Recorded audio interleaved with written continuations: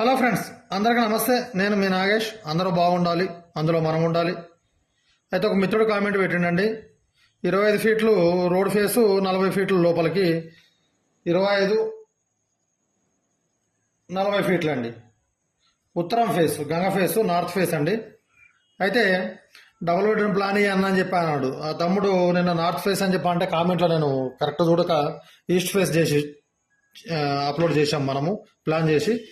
అయితే north face ఒకటి video చూసే వాళ్ళు స్కిప్ చేయకుండా పూర్తి వరకు చూస్తే మీకు క్లియర్గా అర్థమవుద్దండి. సరే, మేము తడబడి కానీ ఏదైనా కానీ వీడియోలో చెప్పేటప్పుడు కొద్దిగా తడబడుతుంటారు ఎవరైనా కానీ. అయితే పూర్తి వరకు చూడండి స్కిప్ చేయకుండా. అట్లా లైక్ చేసి సబ్స్క్రైబ్ చేసుకోండి.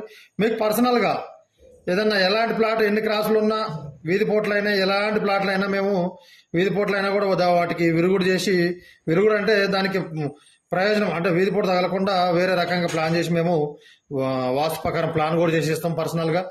ఈ ప్లాట్కి మామూలుగా హౌస్ ప్లాను ఈ గ్రౌండ్ ఫ్లోర్ చేసేస్తాం, G+1 చేసేస్తాం, అట్లా డూప్లెక్స్ చేసేస్తాం. ఇంకా ఎవరికైనా అయితే ఛార్జ్ చేయబడుతుందండి, ఫీజు తీసుకుంటాము. ఇంకా ఎవరికైనా వాస్తు చూడమని చెప్పానంటే కూడా నైరుతులలో బాత్రూమ్లు, ఈశాన్యాలలో మెట్లు, ఇలా ఈ విధంగా పెట్టుకొని సమస్యలతో బాధపడుతుంటే కూడా మేము వచ్చి హైదరాబాద్ సరౌండ్లో 200 కిలోమీటర్ల దూరమైన మేము వచ్చి చూస్తామండి. లేదు ఫీజు ఎక్కువ ఇస్తే ఇంకా దూరమైన వస్తామండి, కొద్దిగా ఫీజు ఎక్కువ ఉంటుంది. చూయించుకొని చేసుకోండి. చాలా వరకు మీకు సమస్యలు ఉన్నా కూడా వెళ్ళిపోతాయండి. 100% మీ ఇల్లు చూడంగానే చెప్తాం మీకు ప్రాబ్లమ్స్ ఎలా ఉండేది అనేది మాకు అర్థమైపోతుంటుంది.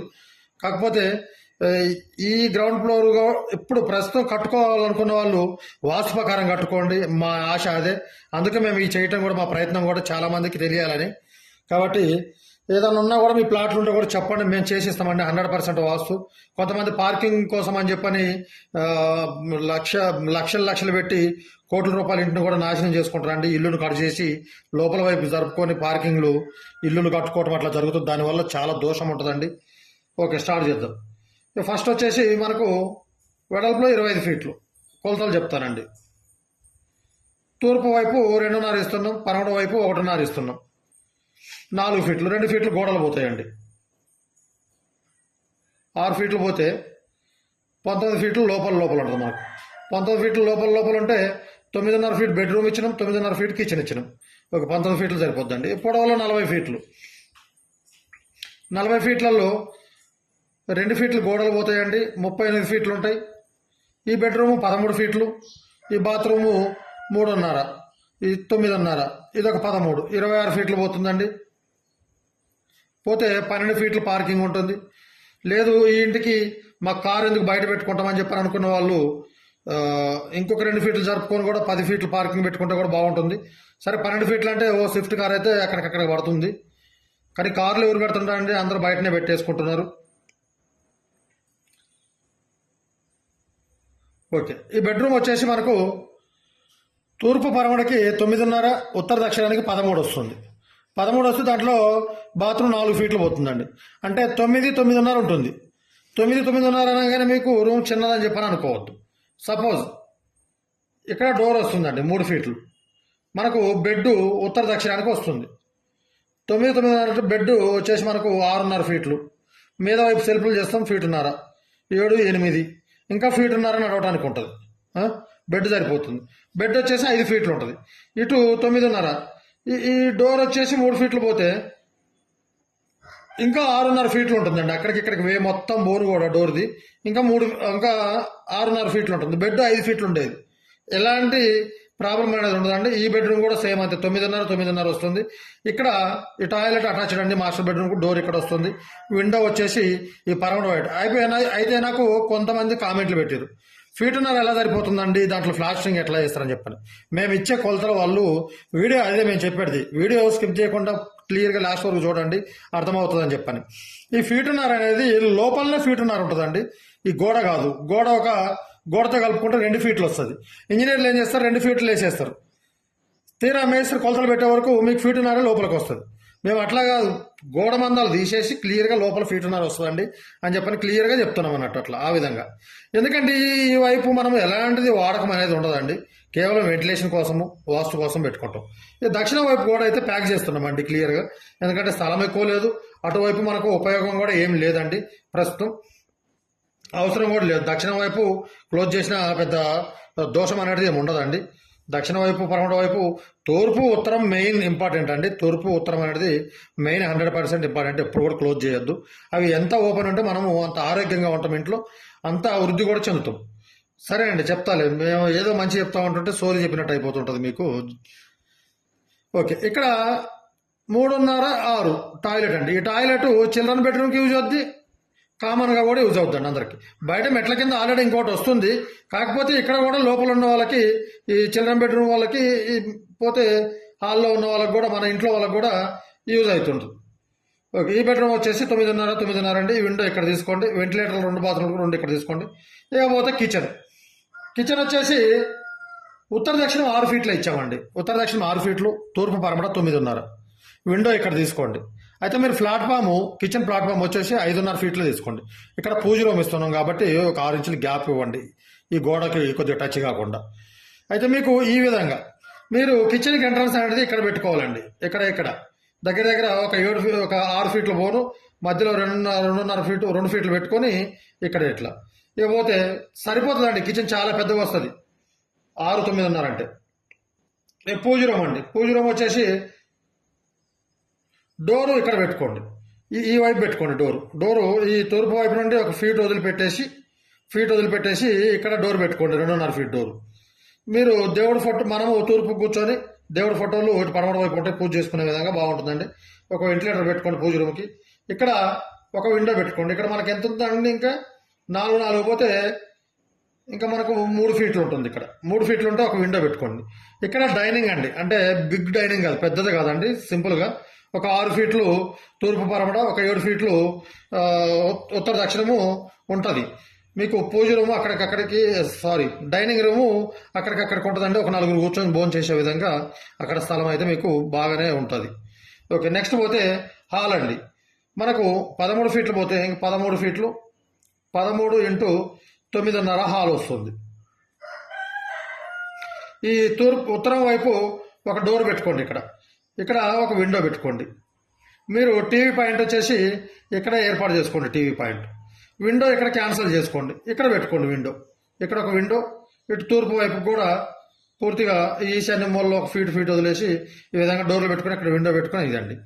నెక్స్ట్ పోతే మెట్లకు వచ్చేసి మనకు 12 ఫీట్లు ఉంటుందండి. 12 ఫీట్లు ఉంటే మీరు ఈ విధంగా స్ట్రైట్గా తీసుకుంటే మనకు పార్కింగ్ అనేది నీట్గా ఉంటుందండి. అది కూడా చెప్తాం. మెట్లు వస్తాయండి 10 ఫీట్లలో, మెట్లు కూడా క్లియర్గా వస్తాయి. ఈ ఉత్తరం వైపు కంపౌండ్ వాళ్ళు టచ్ కాకుండా ఒక 2 ఫీట్లు ఓపెన్ అండి. ఓపెన్ ఇచ్చేస్తే మనకు వెల్యువేషన్ ఏదైనా చేసుకున్నా కూడా ఇంటికి బాగుంటుంది. ఎలాంటి విషయాలు ఉన్నా కూడా మనకు అనేది ఇంటికి అంటరాకుండా ఉంటుంది. ఇక్కడ మీరు ఈ విధంగా అండి ఒక టాయిలెట్ అనేది ఏర్పాటు చేసుకోవచ్చు. డోర్ ఇటువైపు తూర్పు వైపు పెట్టుకోండి. ఇక్కడ వచ్చేసి మెట్లు ఈ విధంగా మీదికి వస్తాయండి. ఈ టాయిలెట్ వచ్చేసి 3.5 × 6 ఫీట్లు. అయితే ఈ విధంగా మెట్లు మళ్ళీ మీదికి వెళ్తాయండి. అయితే మెట్లు కింద స్టార్ట్ చేసేటప్పుడు మనం ఇక్కడ 3 ఫీట్లు, ఇటువైపు 3 ఫీట్లు, ఇటువైపు 3 ఫీట్లు వస్తాయి కదా. ఈ 3 ఫీట్లు అనేది ఈ తూర్పు వైపు నుంచి పడమట వైపు ఒక 3 ఫీట్లు తీసుకుంటే మనకు ఒక 4 మెట్లు వస్తాయి. ఇక్కడ నుంచి ఫ్రీగా ఎక్కిపోతాయి అన్నట్టు మెట్లు. ఇది పోతే మనకు పార్కింగ్ వచ్చేసి 2.5 ఫీట్, 4 ఫీట్లు, ఒక 6 ఫీట్లు, 10 ఫీట్లు పోతే 25లో మనకు 12 × 15 ఫీట్లు అండి. ఉత్తర దక్షిణము తూర్పు పరమట 15 ఫీట్లు ఉంటుంది. ఉత్తర దక్షిణము 12 ఫీట్లు పార్కింగ్ ఉంటుంది.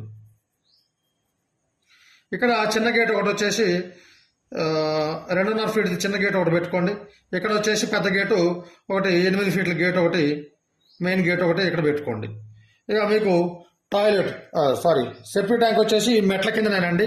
అటు మన ఇల్లు గోడ, ఇటు పరమట గోడ, ఇటు ఉత్తరం గోడ టచ్ కాకుండా మీరు సేమ్ తీసుకోండి. ఒక 5 ఫీట్లు తూర్పు పరమట, ఒక 8 ఫీట్లు ఉత్తర దక్షిణం, లేదు 7 ఫీట్లు తీసుకున్నా సరిపోద్ది. 4 ఫీట్లు తూర్పు పరమట, ఉత్తర దక్షిణము ఒక 8 ఫీట్లు, 7 ఫీట్లు అట్లా తీసుకోండి. సెప్టిక్ ట్యాంకు ఈ వాయువు భాగాలు వేసుకోండి. ఇకపోతే బోర్ వచ్చేసి పూర్తి తూర్పు గోడకు 1 ఫీటు, ఈ ఉత్తరం గోడకు ఒక 2 ఫీట్లు వదిలేసి ఇక్కడ బోర్ ఇక్కడ అండి, ఇక్కడ ఏర్పాటు చేసుకోండి. ఇకపోతే ఈ 2.5 ఈ డోరు ఒక 4 6.5 7 ఫీట్లు పోతుందండి. 7 ఫీట్లు పోతే మీరు ఇక్కడ వాటర్ స్టోరేజ్ ట్యాంక్ అండి 4 ఫీట్లు ఒక 6 లేకపోతే ఇట్లా 12 ఉంది కదండి 8 ఫీట్లు వాటర్ సంప్ అనేది తీసుకోండి, బాగుంటుందండి. ఇక్కడ తీసుకోండి, ఎలాంటి తప్పేమి ఉండదు. లేకపోతే మనకు పిల్లర్లు వచ్చేసి నేను ఇక్కడ ఒక పిల్లర్ వస్తుందండి, ఇక్కడ ఒక పిల్లరు, అన్ని ఫీడ్ పిల్లర్లు తీసుకుంటే సరిపోతుందండి.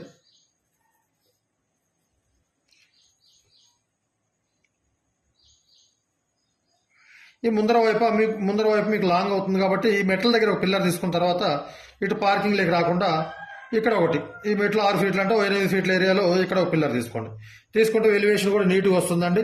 ఈ తూర్పు వైపు పడమర వైపు వచ్చేసి 1.5 ఉంటే 1.5 వరకు 1 ఫీట్ వరకు స్లాబ్ పోసుకోండి. తూర్పు వైపు 1.5 ఫీట్ పోసుకోండి స్లాబ్. ఈ ఉత్తరం వైపు అయితే ఇక్కడ ఈ పిల్లర్లు ఏవైతే వస్తాయో అక్కడ పిల్లర్లు పోను ఒక 4 ఇంచుల మందమే ముందర వైపు స్లాబ్ పోసుకోండి. ఈ విధంగా కట్టుకోండి, చాలా బాగుంటుందండి.